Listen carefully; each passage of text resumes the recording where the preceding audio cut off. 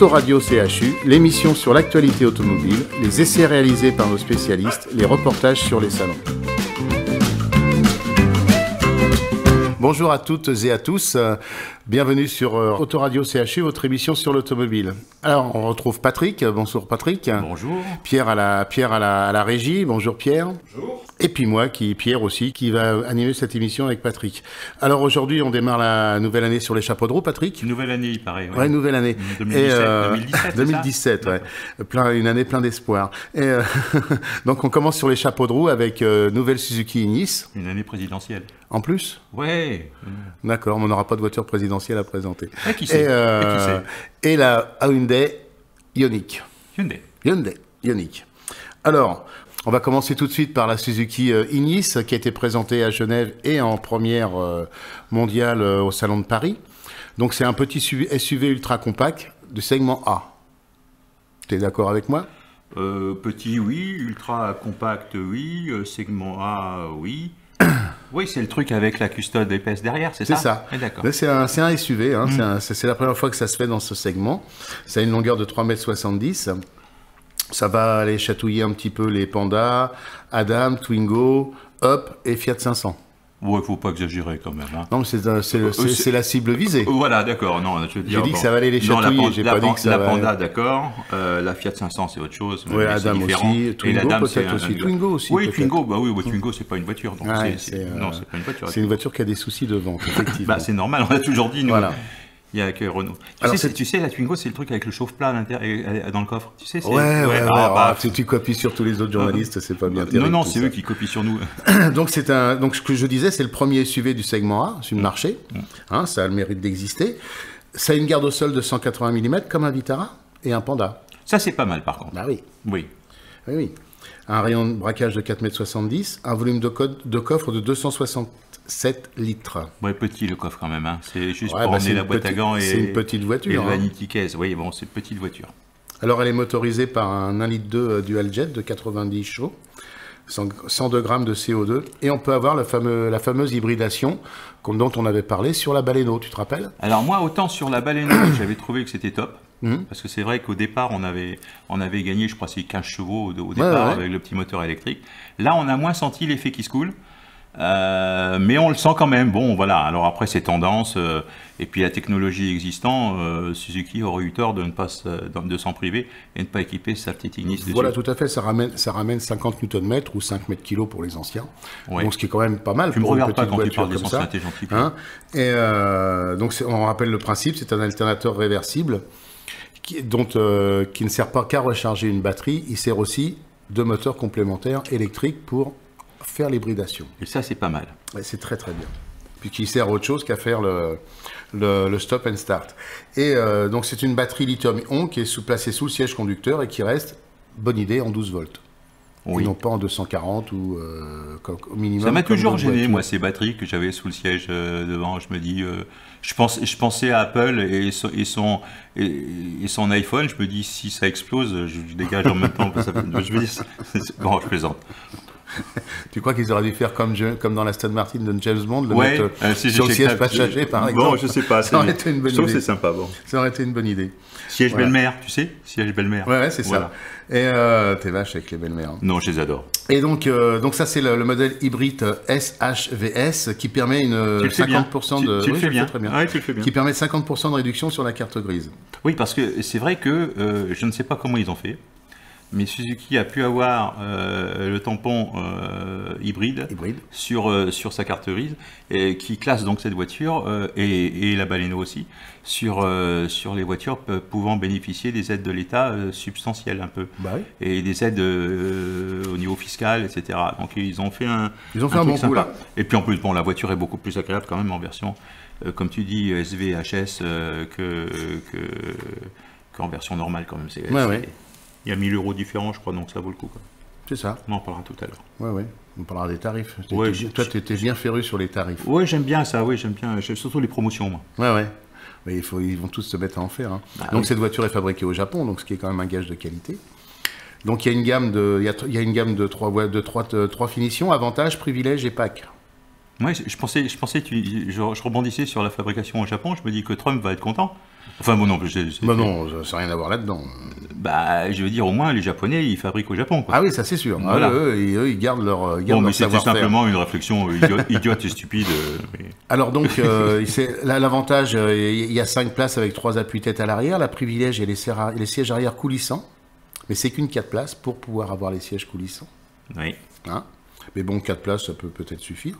Et sur le pack, toute manière, s'il y avait 5 places, le passager du milieu, il se paye la raideur centrale. Donc, c'est jamais bien intéressant. Je veux dire. D'ailleurs, ils ne se battent pas derrière pour être 5e. Hein. Non, généralement jamais. Non, surtout sur une petite voiture, sur une voiture de cette taille-là. Et sur le pack, il y a l'écran tactile, la caméra de recul, freinage actif d'urgence, l'alerte de franchissement de ligne, l'alerte de louvoiement et double caméra avant pour piétons et vélos. Entre 30 et 40 km/h. Oui, ça fait partie des équipements devenus traditionnels maintenant. Voilà, pour avoir les 5 étoiles au crash test. Moi, ce qui m'a surpris, agréablement surpris, sur cette voiture, c'est l'habitabilité. Oui. Parce que la voiture est relativement compacte, même ultra compacte, on l'a dit tout à l'heure. Et il y a une habitabilité plus que généreuse, tant aux places avant qu'aux places arrière. Bon, place arrière un peu moins forcément, ça dépend des passagers avant. Mais c'est vrai que c'est assez sympa, l'aménagement intérieur et l'optimisation de cette place qui est réservée aux passagers. Spacieux. Oui, ouais, c'est spacieux, relativement confortable. Oui, agréable en plus. Parce qu'on a essayé ça sur les routes italiennes qui n'ont pas un revêtement de très très grande qualité.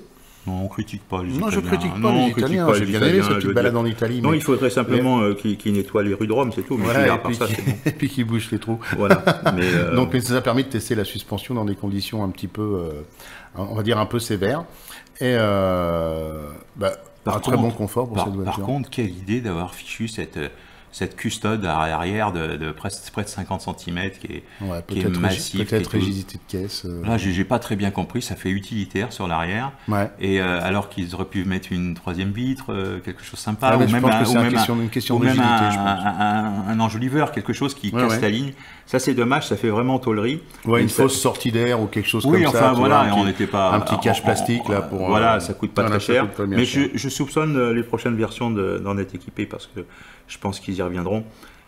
Parce qu'on n'est pas les seuls à formuler cette critique. Et Dieu sait que nous, on critique rarement. Non, nous ne sommes pas le genre de la maison. On n'a pas la réputation d'être des critiques. Pierre, on critique jamais, nous. Hein. Non, on n'est pas comme ça. Non, Pierre est d'accord. Donc oui, moi j'ai bien aimé le confort de cette voiture, la tenue de route, un bon compromis confort tenue de route. Et un bon écran multimédia sympa. Ouais. Je veux dire, sur la version pack. Sur la version pack. Alors évidemment, ça c'est toujours pareil. Il faut grimper un peu en gamme quand même, parce que si on prend un accès de gamme, comme ils disent, bon, c'est relativement moyen, c'est pas cher, c'est vrai. Mais moi, j'ai toujours comparaison avec la marque Dacia, qui est quand même... on en parlera peut-être à un moment ou à un autre, puisque là, on est en train, pour une prochaine émission, d'essayer un Q30. Oui. Ça, c'est pour réserver à nos auditeurs. D'ici quelques jours, d'ici quelques semaines, mais je pense que quand même le Duster et la gamme Dacia est une bonne référence de base, et on compare forcément, tout logiquement, oui, tout à fait, ce genre de voiture à cette marque-là. Et d'ailleurs, le marketing Suzuki est toujours très affûté à ce niveau-là, et donc a proposé des prix d'attaque on va dire de lancement ou promotionnel, enfin peu importe, qui sont intéressants avec des remises de départ qui sont plus que intéressantes justement pour aller chatouiller. Oui, parce que titiller la concurrence. On peut peut-être parler tarifs. C'est une voiture qui commence à 11 000 €, et là, une version pack, c'est environ 13 500 €. Oui, c'est ça. Ce qui est bien placé. Et c'est très très bien placé, parce que c'est une voiture quand même qu'on ne rencontre pas à tous les coins de rue, qui est sympathique, et dont les capacités routières sont relativement dynamiques. Et comme tu dis, avec une très bonne habitabilité pour ce une super habitabilité. Donc ça, c'est quand même important, parce que quand c'est des voitures qu'on utilise tous les jours, avec des enfants, des choses comme ça, c'est la petite voiture de ville, qui n'est pas ridicule sur les routes d'ailleurs, mais qui est vraiment très très à l'aise en ville.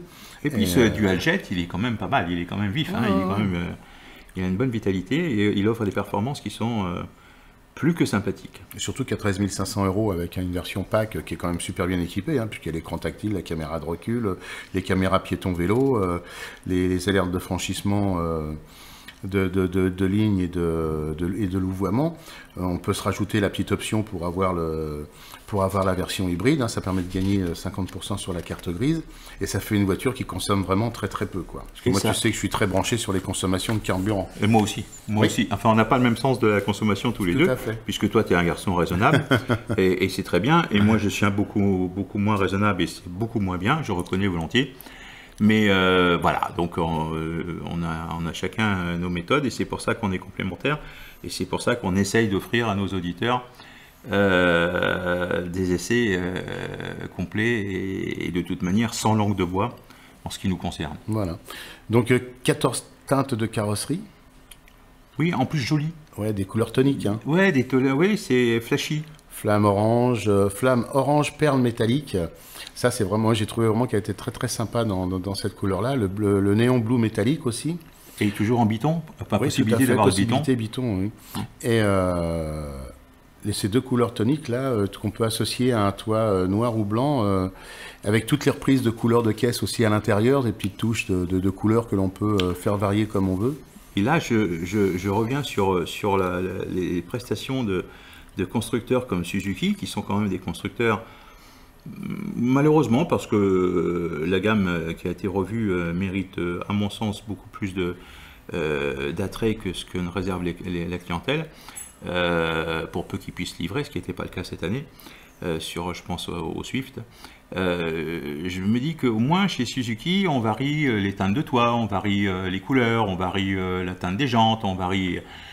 que chez Renault, on a du mal, par exemple, sur le Captur, d'avoir une large palette, et que la Clio, par exemple, n'est pas encore prête à recevoir ce genre de prestations. Donc bon, c'est un avis que je donne. Bah oui, mais aujourd'hui, au moment où on doit... les clients aiment bien avoir des voitures personnalisées.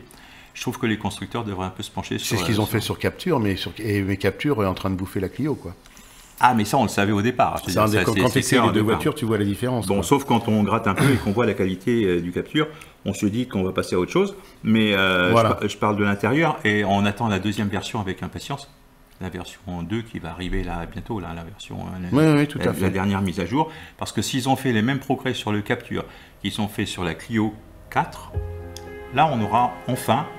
au bout de 4 ans quand même, il aura fallu attendre 4 ans, une voiture aboutie, et le Captur, donc j'espère, perdra ses plastiques de chez Jiffy ou de chez Farfouille, voilà, en toc-toc. Bon, c'est reparti sur la Suzuki Ignis, donc petit SUV compact, première mondiale, parce que c'est du segment 1, une toute petite voiture, hein, les premières entrées de grandeur de voiture. Donc achat malin, moi je dis oui. Oui, achat malin, mais pour les amateurs d'étoiles au crash test, moi, j'ai une petite réserve quand même, parce que je suis surpris que la version d'entrée de gamme fasse 3 étoiles, ne puisse pas passer... alors, bon, c'est très aléatoire, mais comme tout le monde a au moins 5 étoiles aujourd'hui, ouais, mais enfin, on se dit que, bon... tu sais pourquoi il n'y a que les 5 étoiles que sur le pack?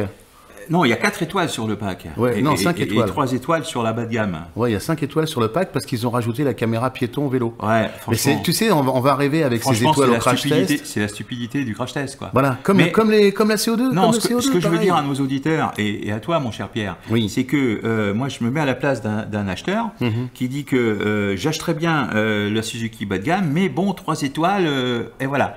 Donc, je trouve que le constructeur devrait faire le nécessaire pour aller chercher sa 5e étoile et mettre cette fichue caméra qui, au fond, ne coûte pas grand-chose à un constructeur, l'équipe, et avoir 5 étoiles pour toute la gamme. Et ça serait du top. Ouais, ça serait du top. Ah voilà, non, c'est le message. Donc, on va dire dans les 14 000 euros haut de gamme. Alors, 14 000 euros haut de gamme. T'as remarqué que je dis plus premium, hein? Non, oui, bah, on en parlera peut-être on fera une émission là-dessus. On fera une émission sur le premium, puisque là, je veux dire, bientôt, on va avoir des Dacia premium. Donc, 11 000 au départ, inférieur à 11 000 au départ, sachant que on est pratiquement à 10 000 et quelques, puisqu'il y a une belle petite remise, on en parlait tout à l'heure, au niveau tarifaire pour le lancement qui se fait là maintenant, bientôt, incessamment sous peu. Les portes ouvertes, c'est 13 et 14. Et voilà. Et donc, et moi, je salue quand même le Dualjet. Il m'a agréablement surpris. Et surtout quand il est dopé par cet hybride SHVS. Voilà, je l'ai dit, ouais, dans l'ordre. Avec ses 50 Nm. C'est ça. 5 mètres kilos. Ouais, pour les anciens, mais ça c'est normal, ça c'est pour les retraités. Et, pardon, excusez-moi. All grip pour tous les modèles. Oui. Et oui, ça c'est bien, c'est pareil, ça c'est un plus. 4 roues motrices pour tous les modèles. Non permanente. Non permanente, donc c'est quand même pas mal. Voilà, moi c'est vrai que ce petit modèle, bon, alors on va effacer la custode arrière parce que c'est là. Et on va effacer la custode arrière et le look qui est un peu nippon quand même. Franchement, marché asiatique. Il est très nippon, ouais, mais bon, ça permettra de se démarquer sur la route par rapport aux autres. Voilà, mais ceci dit, pourvu que Suzuki puisse livrer les modèles. Mais il va y arriver. Allez, on se dit à Chamalin, allez faire un petit tour, pousser les portes des concessionnaires et allez voir que pour une voiture en segment A, c'est vraiment très très sympa. Et pas cher. Voilà.